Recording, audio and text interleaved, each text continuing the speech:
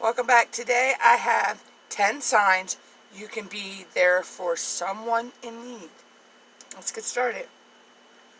Number 1, craft them a package full of goodness. If someone is depressed, buying things won't automatically make things better in their life. Just like anything in life, buying into the consumer culture offers a temporary fix to solutions that don't disappear overnight. However, by crafting your very own package full of memories and handcrafted arts and crafts,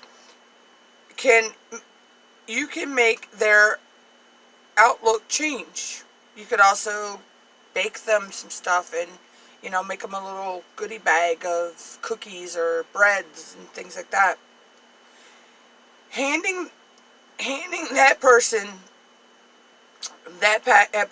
handing that person a package packed full of photos, paintings, and made even a few inspirational quotes will, encourage them to see the world in a better light and know that you are thinking of them. Sometimes that's all people need, to know other people are thinking of them. 2, if you have a pet, let them be around it. Pets are awesome. Me and my mom have 4 cats. So yeah. Not only do they offer so much needed companionship, they also make great family members and can help heal wounds by merely being there. So if you have someone in your life going through a bad time, bring your furry friend over to theirs. If you have a dog, you could even call them up and encourage them to get out of the house and have a lovely walk in the fields. You'll be surprised how much you can get through to someone by simply walking a dog in a nice part of town. 3, go over to theirs and watch a favorite movie. Escapism can come in many forms. Reading a book on a winter's day over a hot cup of coffee or tea. Watching a movie at the cinema with friends. Binge watching a Netflix series.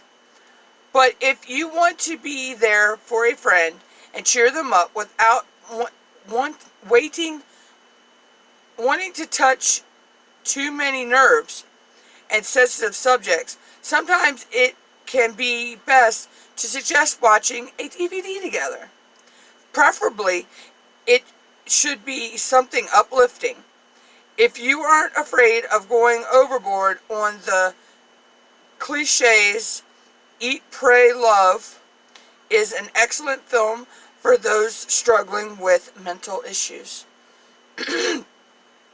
4, go for coffee or tea or soda or just out to lunch. Taking a depressed, sad, bereaved loved one to a nearby coffee shop or fast food restaurant, or just go get something to go to the park, have a little picnic, might not sound like the answer to all their problems, but it will help them come out of their cocoon of sadness and open up. These natural environments, be it a feeble coffee coffee shop or an artisan bakery, McDonald's, Burger King, little mom and pop restaurant in your town, will allow them to open up and feel warm, not only by the warm coffee or tea or whatever you're drinking, the pretty sights and sounds of the new environment in sage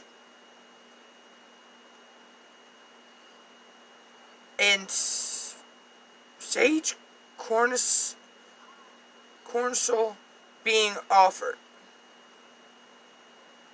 Okay, that didn't make sense, but this is how it was written when I took my notes. 5, bring them some homemade food. If you feel like you can't get through to them with words, you could cook up a killer dish the night before and bring it over to theirs the next day. Sometimes the best comfort food isn't served at a fancy restaurant, but from your very own kitchen. Research has even shown that foods rich in tomatoes, such as spaghetti bolognese, contains ingredients that have been proven to fight against depression due to the folic acid and alpha-lipic acid found in them. Huh, I did not know that till now. 6, make them a playlist of their favorite tunes, or your favorite tunes, you know. A playlist is a great way of letting someone know that you are trying to reach out. You could burn a CD. Do people still do that? In this day and age, everything is on our phones or, digital. And even customize the cover with awesome cover art and a message inside. Just think about what they like. If they're a crazed Rolling Stones fan, compile 15 songs of feeling good tracks of theirs. These small things matter, especially to those who feel lost in the shallow vortex of sadness.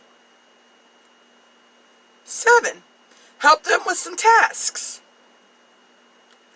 While you may not be able to intensively solve their inner demons and help them overcome a mental health issue, you can do this in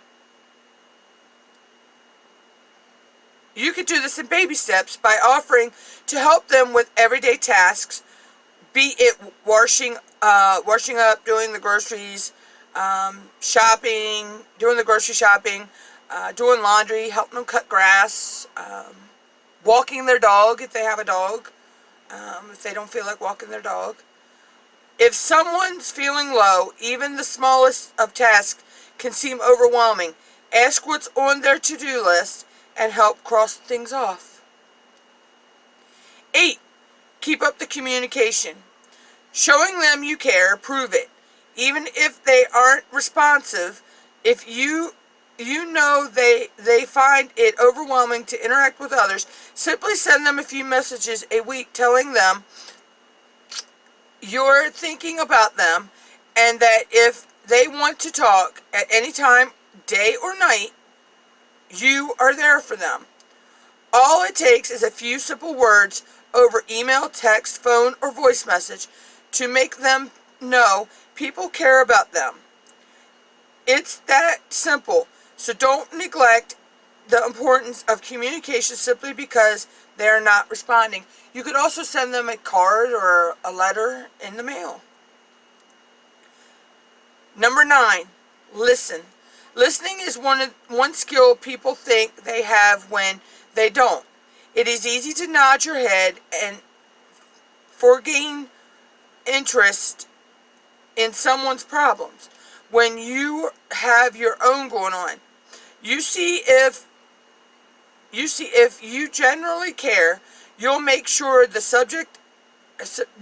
you subtract everything else from your mind so you can absorb all their emotions and grievances. So don't just listen properly. Sometimes the best thing to say is nothing at all, because that usually means you're listening. And number 10, hold them. Last but not least, if you want to show someone you care, words can only go so far. Sometimes people just want to be held and know that they have someone they can lean on. Even if the person in need isn't someone you particularly close to, just hugging them or gently patting the palm of their hand, your palm on their shoulder can do a world of good. If you like this, please check out these videos over here, and I'll catch you in the next one.